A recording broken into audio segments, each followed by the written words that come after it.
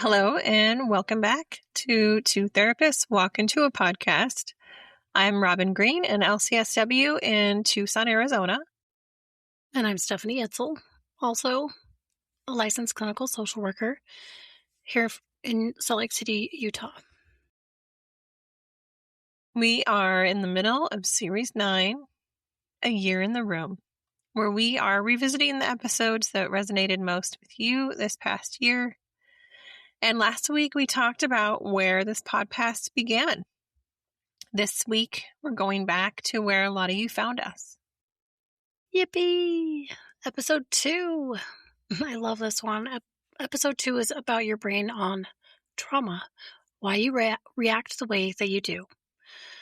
We were early in the show, still figuring out what we were making, and somehow that one stuck. And we're back to give it the space it deserves, more science, more experience, and a lot more of what we've learned from the people who trusted us with their stories. So let's get into it.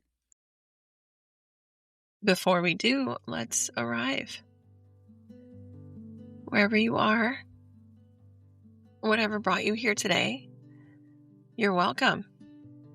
And whatever body you're in, whatever state it's in, whatever today has already asked of it, you don't need to adjust anything about yourself to be here.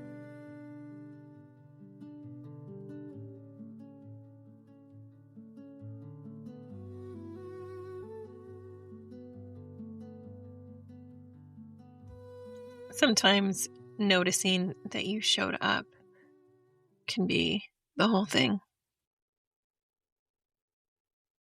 If a breath feels available to you, do whatever your body does when you give it a moment. Take a breath in. Maybe something shifts.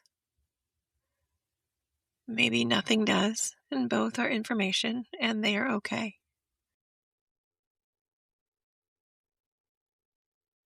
If you're coming to this episode because trauma is personal for you, because you've wondered why you react the way you do, why your body does what it does, why certain things land so much harder than they seem to for other people, you're in good company. This space was built for exactly that. So let's begin.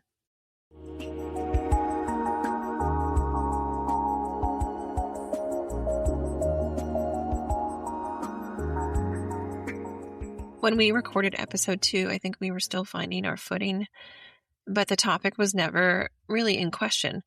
Trauma always felt like the place to start because it sits underneath so much of what people carry. And because so many people have been carrying it without any language for it. And that was the thing we kept hearing, then and since. People hadn't had it explained in a way that made sense for their actual lives. Not a diagnostic checklist, not a framework that assumed a certain kind of experience or a certain kind of body. Just here's what can happen in your nervous system, and here is why your reactions belong to you and make sense for you. And trauma doesn't look the same in every person. It doesn't require a single defining event. It doesn't have a threshold you have to cross to really qualify. It's anything that overwhelmed your system's capacity to process and move through. And that really does look different depending on who you are, what you've lived, what support was or wasn't available to you. Correct. And trauma also occurs when we don't have that support network after that event. So nervous system is in that space, right? It doesn't rank experiences. It just responds to what felt threatening. That's it. So whatever your history looks like, it does count. There's been a lot of work since episode 2 on what's called the predictive brain. This idea that your nervous system isn't just responding to what's happening right now. It's constantly running predictions based on what happened before. especially what happened before that felt dangerous or even destabilizing. Yeah, so when someone startles easily, or maybe shuts down in conflict, or goes from okay to completely overwhelmed with very little warning or what seems like, that's a nervous system running a very old prediction. It learned something threatening was coming, and it got very good at getting ahead of it. And for a lot of people, especially people who grow up in unpredictable environments, who experience trauma in communities or systems that were supposed to be safe, who never really had the luxury of feeling like their body was theirs, that wiring is not a glitch. It's really survival. It just gets complicated. Okay, when the context changes and the wiring has not caught up yet, that's what we want to sit with today because your reactions make sense. They came from somewhere real. You're not broken. You're patterned.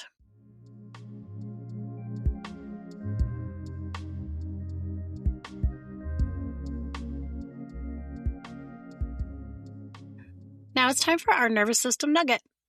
Today, we're going deeper on something we introduced in the original episode. Ooh, the window of tolerance.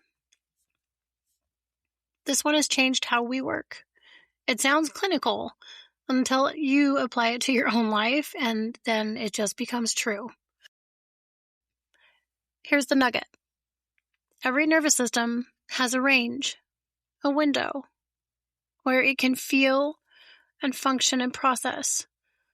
Inside that range, you can think, connect, sit with hard things without completely coming apart.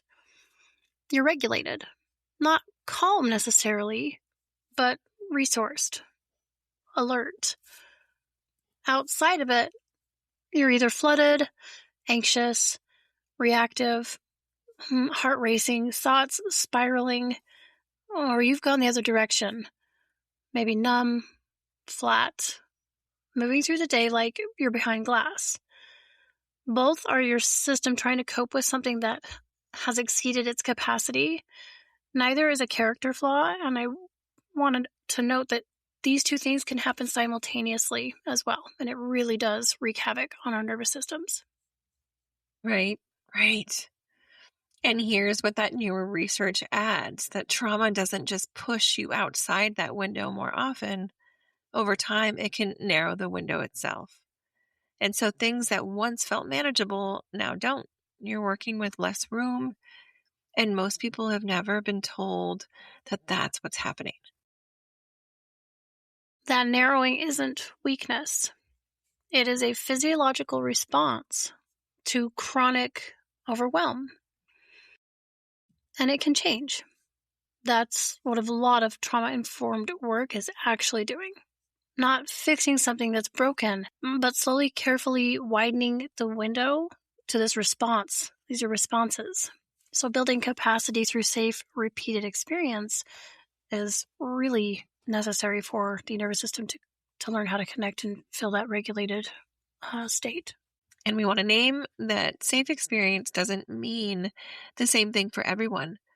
For people who've experienced trauma in medical settings, in therapeutic relationships, in systems meant to help, safety isn't a given. It gets built slowly on your terms, and there's really no timeline for that. Your nervous system learns safety the same way it learned threat. Through the body, through relationship, through what happens over and over. So if healing has felt slow, that's not a sign you're doing it wrong. You're retraining something much older and more fundamental than thought. It takes time. It's supposed to.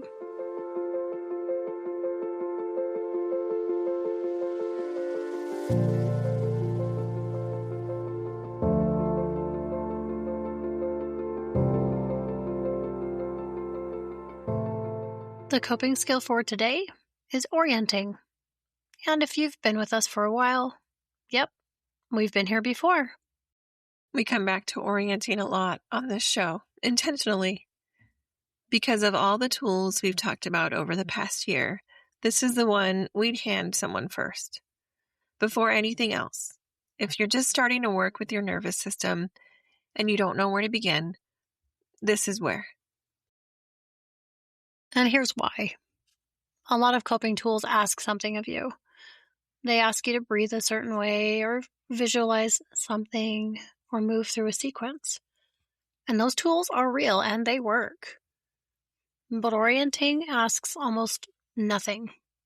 It just asks you to notice where you are. And for a nervous system that's been living in the past, running old predictions, bracing for things that already happened, that is actually a radical act. Coming back to now, confirming, I'm here. I can look around. Nothing is coming. That's the whole thing. Mammals do it instinctively after a threat passes. The system stills, scans, orients, takes in the environment, signals to itself that it's okay to settle. And we can do it on purpose. We want to offer it in a way that works across different bodies and sensory experiences, because not every version of this will fit every person. If visual input feels okay, let your gaze move slowly around the space that you're in. Not searching, just taking in what's actually there. Colors, shapes, light.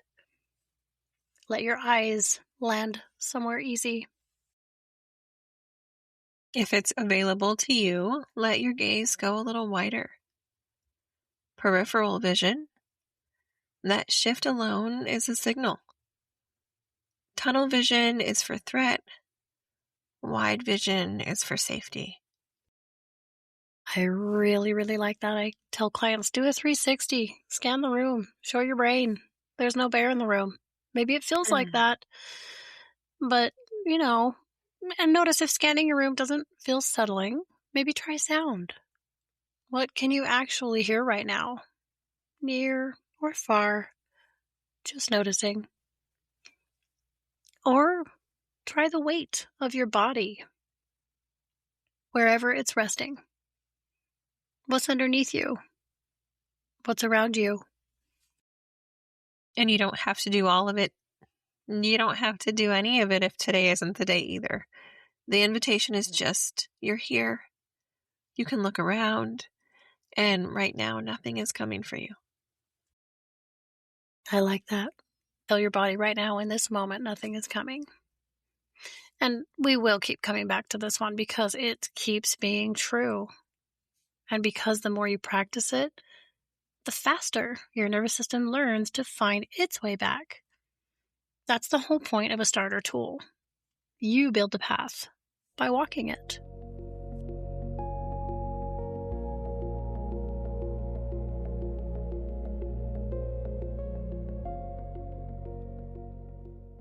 Going back to episode 2 stirred something up for me.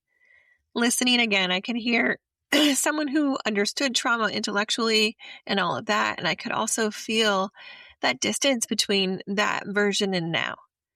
And not because the information was wrong, but really just because something in me has kept learning. And, this is from clients, from you, Steph, from the conversations this podcast has opened up, from paying attention to what actually helps people, really versus what maybe just like sounds helpful.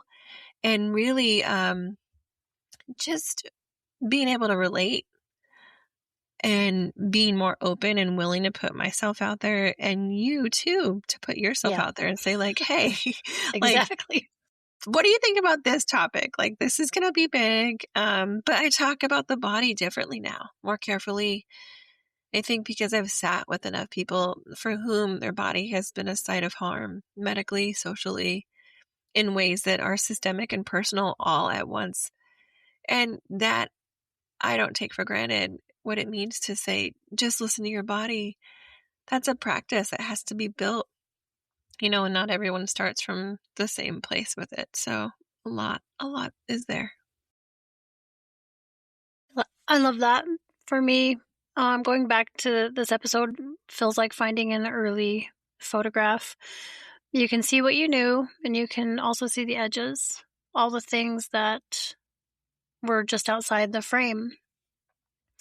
And I think what I've learned really with episode 2, and just that whole series really with trauma this last year, practicing all these tools in session with people, getting the actual data in live time has probably been so exciting for me because I bank on science often and spirituality. There's a huge chunk of spirituality to what I bring to my own practice, but the tools I'm using in teaching people have rarely failed and harmed anybody. And so I find that to be, resonating with kind of what we were talking about just a moment ago, that this is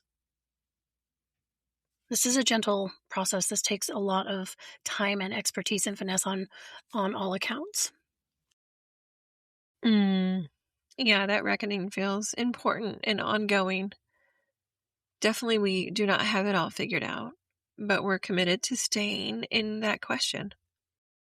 And this week's reflection question: when you think about a reaction of yours that has confused you, frustrated you, maybe even scared you, can you get just a little curious about it? We don't need to excavate your whole history or even to, assign blame to yourself or anyone else. Just maybe, I wonder what this was for. I wonder what it was protecting. Let that be a gentle question. And it does not need an answer today. No pressure. It just needs a little room. Thank you for coming back to this one with us. Episode 2 is where so many of you found us again, found this show, and we're glad you stayed. We'll see you next week. And remember, healing isn't linear, and we're here for the ride.